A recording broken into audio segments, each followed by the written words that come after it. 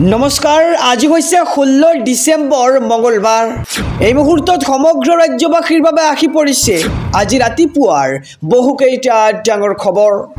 জনাইছোঁ আজি ৰাতিপুৱাৰ প্ৰথমটো ব্ৰেকিং নিউজ। জুবিন গাৰ্গৰ ধন লুটিপুটি খোৱাসকলৰ তালিকাত কোন কোন? এক ডাঙৰ খবৰ জনাইছোঁ কোনে কোনে জুবিন গাৰ্গৰ ধন লুটিপুটি খাইছিল। ডাঙৰ খবৰ সমগ্ৰ ৰাজ্যবাসীৰ বাবে জুবিন গাৰ্গৰ ধন লুটিপুটি খোৱাসকলৰ তালিকাত কোন কোন? তালিকাৰ প্ৰথমতে আছে জুবিন গাৰ্গৰ মেনেজাৰ সিদ্ধাৰ্থৰ নাম আৰু জুবিন গাৰ্গৰ টকাৰে গঢ়া সিদ্ধাৰ্থৰ সম্পত্তিৰ তালিকা।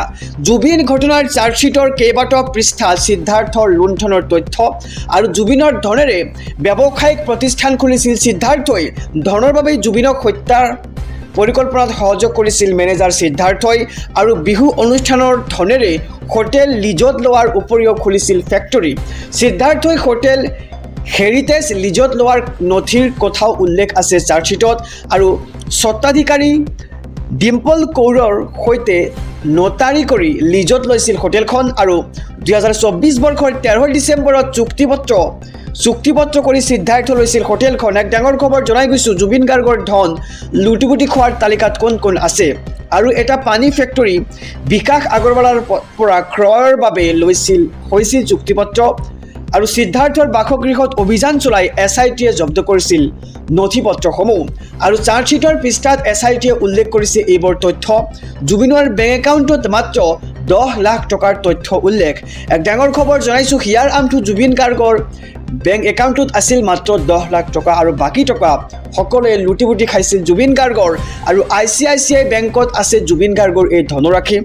বছৰি হিচাপত জুবিনৰ একাউণ্টত থাকিব লাগে প্ৰায় 3 কোটি টকা আৰু 3 কোটি টকাৰ অধিক থাকিব লাগে জুবিন গাৰ্গৰ একাউণ্টত, কিন্তু তেনে নকৈ জুবিন গাৰ্গৰ একাউণ্টত আছে মাত্ৰ 10 লাখ টকা আৰু এবছৰত জুবিনৰ বিহু অনুষ্ঠানৰ পাৰিশ্ৰমিক 4 কোটি 80 লাখ টকা হয় আৰু এবছৰত 40খনকৈ বিহু অনুষ্ঠান পৰিৱেশন কৰে জুবিন গাৰ্গে আৰু প্ৰতিটো অনুষ্ঠানৰ নগদ ধন লৈছিল মেনেজাৰ সিদ্ধাৰ্থই আৰু ধনৰ চুক্তি সম্পৰ্কত কোনো তথ্য জানিব দিয়া নাছিল হিয়াৰ আমঠু জুবিন গাৰ্গক আৰু প্ৰতিটো অনুষ্ঠানতেই 5ৰ পৰা 6 লাখ টকা লুটিছিল সিদ্ধাৰ্থই আৰু 12 লাখ টকা পৰ্যন্ত এটা অনুষ্ঠানৰ বাবে চুক্তিবদ্ধ হৈছিল সিদ্ধাৰ্থ আৰু জুবিনক কেৱল আদায় দিয়া হৈছিল সৰ্বাধিক 7 লাখ টকা আৰু 7 লাখ টকাৰ 15% কমিশ্যন লৈছিল মেনেজাৰ সিদ্ধাৰ্থই। কেনেকুৱা মানুহ আছিল মেনেজাৰ সিদ্ধাৰ্থ আপোনালোকে ইতিমধ্যে জানিব পাৰিছে আৰু জুবিনে এই কথা পোহৰলৈ আনিছিল বিভিন্ন মহলৰ জৰিয়তে আৰু 2 অক্টোবৰত সিদ্ধাৰ্থক টকাৰ হিচাপ দিবলৈ কৈছিল জুবিনে, বিচাৰিছিল চিনেমা আৰু খাৰঘুলিৰ ঘৰ আৰু ষ্টুডিঅ'ৰ খৰচৰ হিচাপ আৰু হিচাপ বিচৰাৰ বাবে জুবিনক লৈ ক্ষোভিত হৈ পৰিছিল মেনেজাৰ সিদ্ধাৰ্থ আৰু 3 সহযোগীৰ সৈতে। সেইবাবে সিদ্ধাৰ্থই ৰচিছিল হত্যাৰ পৰিকল্পনা। জনাইছোঁ খবৰ কেনেকৈ জুবিন গাৰ্গক মৃত্যুৰ মুখলৈ ঠেলি দিছিল জুবিন গাৰ্গৰ আপোন মানুহবোৰেই আৰু 2 অক্টোবৰত মানসত অন্তিমটো প্ৰগ্ৰেম চুক্তিবদ্ধ হৈছিল আৰু বছৰি হিচাপত জুবিনৰ একাউণ্টত থাকিব লাগে 3 কোটি টকা আৰু জুবিন গাৰ্গৰ ধন লুটিপুটি খোৱাসকলৰ তালিকাত কোন কোন আমি জনাইছোঁ ৰাতিপুৱাৰ আৰু এটি ব্ৰেকিং নিউজ। আজি জুবিন গাৰ্গ ঘটনাৰ প্ৰথমটো শুনানি আৰু আজি আদালতত সশৰীৰে উপস্থিত নহয় 7 অভিযুক্ত। হয়, ঠিকে শুনিছে, আজি সশৰীৰে গুৱাহাটী আদালতত হাজিৰ হোৱাৰ কথা আছিল, কিন্তু এবাৰ সশৰীৰে হাজিৰ নহয় 7 অভিযুক্ত। খবৰ জনাই গৈছোঁ সমগ্ৰ ৰাজ্যবাসীক ভাৰ্চুৱেল শুনানিত অংশ ল'ব অভিযুক্তই। CJM আদালতৰ বিশেষ ৰায়দান আৰু চৰকাৰী পক্ষৰ আবেদনৰ ভিত্তিত এই ৰায়দান প্ৰদান কৰা হৈছে। কাইলৈ অৰ্থাৎ আজি জুবিন গাৰ্গ ঘটনাৰ প্ৰথমটো শুনানি আৰু আজি আদালতত সশৰীৰে হাজিৰ নহয় 7 অভিযুক্ত। ভাৰ্চুৱেলি শুনানিত অংশ ল'ব অভিযুক্তই আৰু নিৰাপত্তাৰ বাবে এই বিশেষ ৰায়দান CJM আদালতৰ আৰু চৰকাৰী পক্ষৰ আবেদনৰ ভিত্তিত এই ৰায়দান প্ৰদান কৰিছে আৰু আজি জুবিন গাৰ্গ ঘটনাৰ প্ৰথমটো শুনানি আৰু যিহেতু সশৰীৰে 7জন অভিযুক্ত আদালতত হাজিৰ হোৱাৰ কথা আছিল, কিন্তু আজি আদালতত সশৰীৰে উপস্থিত নহয় 7 অভিযুক্ত। জনাইছোঁ ৰাতিপুৱাৰ আৰু এটি ব্ৰেকিং নিউজ।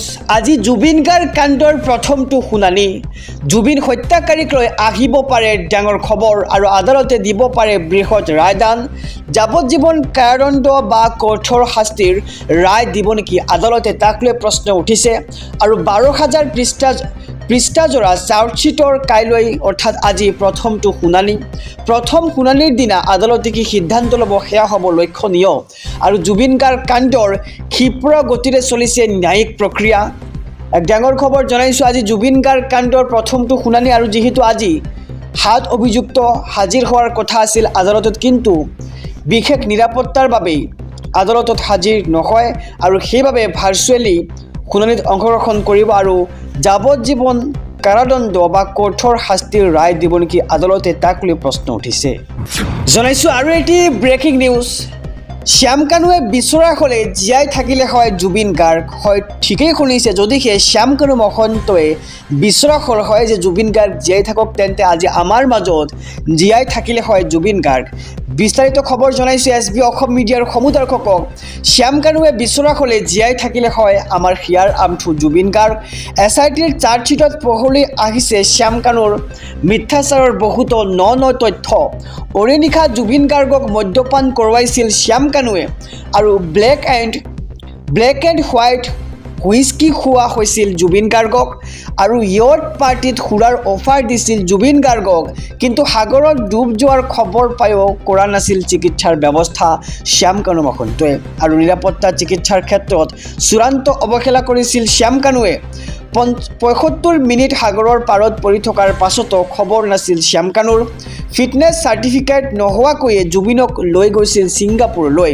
ইতিমধ্যে হত্যাৰ গোচৰত অভিযুক্ত শ্যাম কানু মহন্ত, BNSৰ অধীনত শ্যাম কানুসহ 3 কালপ্ৰিটৰ বিৰুদ্ধে ৰুজু হৈছে গোচৰ আৰু 16 ডিচেম্বৰত প্ৰথম শুনানিত জবাবদিহি হ'ব লাগিব আটাইয়ে। আৰু শ্যাম কানুৱে বিচৰা হ'লে জীয়াই থাকিলে হয় জুবিন গাৰ্গ। যিহেতু আজি হৈছে 16 ডিচেম্বৰ আৰু আজি আদালতত শুনানি গ্ৰহণ কৰা হ'ব, তাতেই হ'ব।